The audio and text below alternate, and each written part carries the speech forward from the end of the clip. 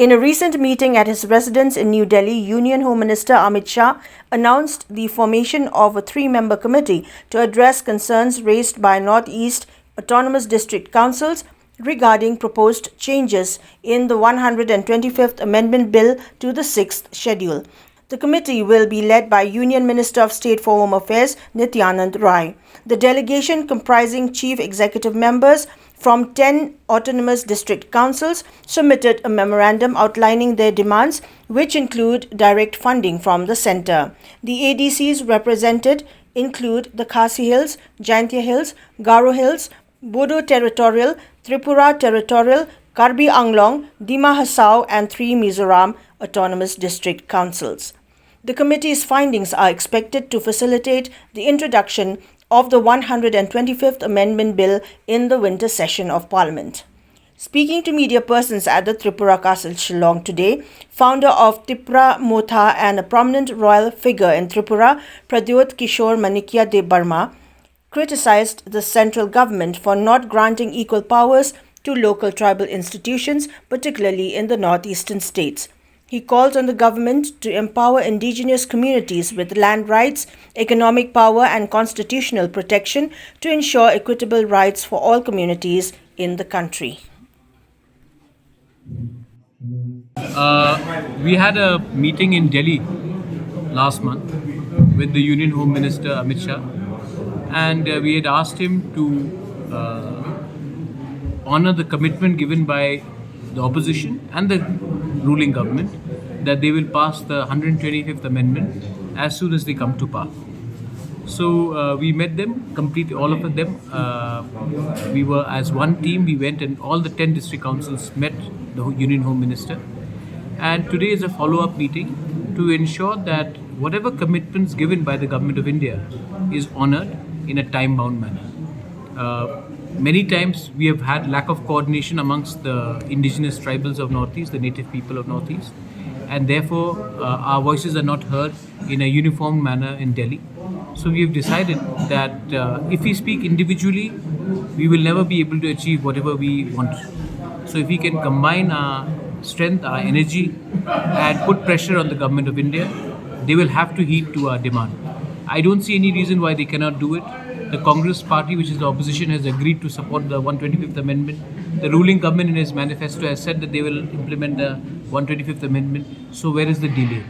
Maybe the delay is because we are not speaking out aggressively and we are not negotiating our rights properly with the Government of India. So our effort will be to give maximum to our community, to our indigenous people from across the region. And the time has come for all of us to speak for our people rather than speak for our parties. That is the main agenda. The Union Minister had assured us that within 1 month he will form a committee and address our problems. So it is very important that we hold him to his word. He didn't give me that commitment individually. He gave it to all the 10 district councils. And now he has to honor the commitment. Otherwise, we will have to put pressure in our own way, which may not be the best, in the best interest to the Government of India.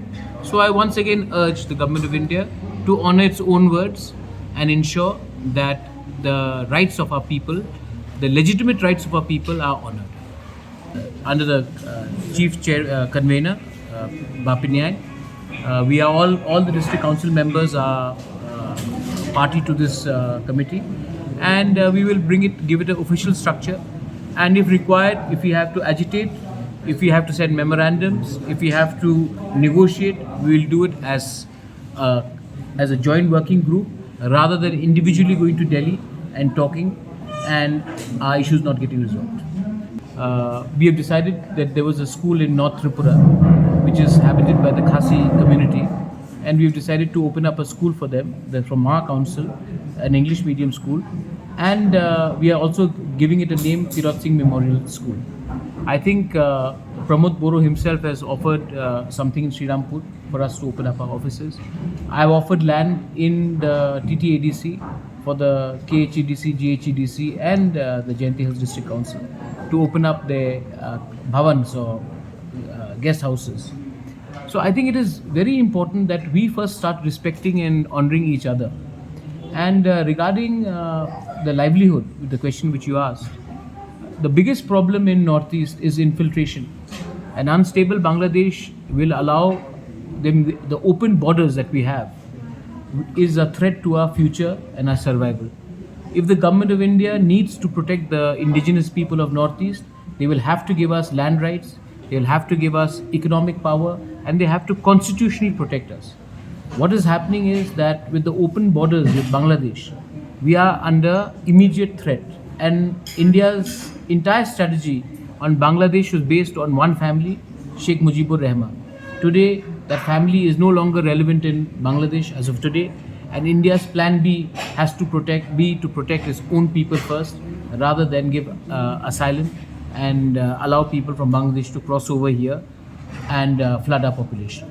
We are not asking for something. The government of India has made special provisions for people in Leh Ladakh. They have made special provisions for OBCs. They have made special provisions for tribals. Our laws predate the laws made by the Constitution of India. If Narendra Modi ji can take a Sengal to the parliament and say he is honoring the Tamil culture, then why can our traditional systems, in Meghalaya you have Rongba Shnong, you have the Dorbar, you have the Shnongs, why can't the government of India give the same respect what they have given to the Sengal in the parliament? So the government of India cannot have a two-pronged policy where you are respecting Ayodhya, you're respecting the Sengal in the parliament, you're respecting Sanskrit and Nalanda University, but then you're not giving enough powers to our own cultural thing, our cultural system. So the government of India has to be fair to the historical India and as well as our historical and our customary laws. The government of India has to make provisions for us.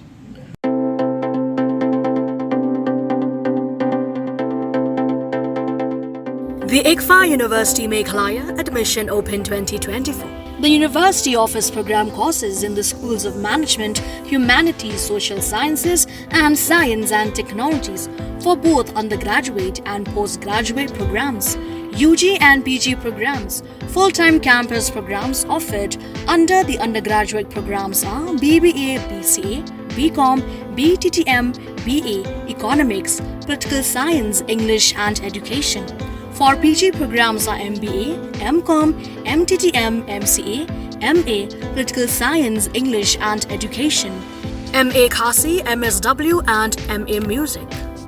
For further information and details, visit or contact the ICFA University Meghalaya Shillong Campus, Powerville near Shillong Law College, Dhangati, Meghalaya. Phone number 0364 222 0057.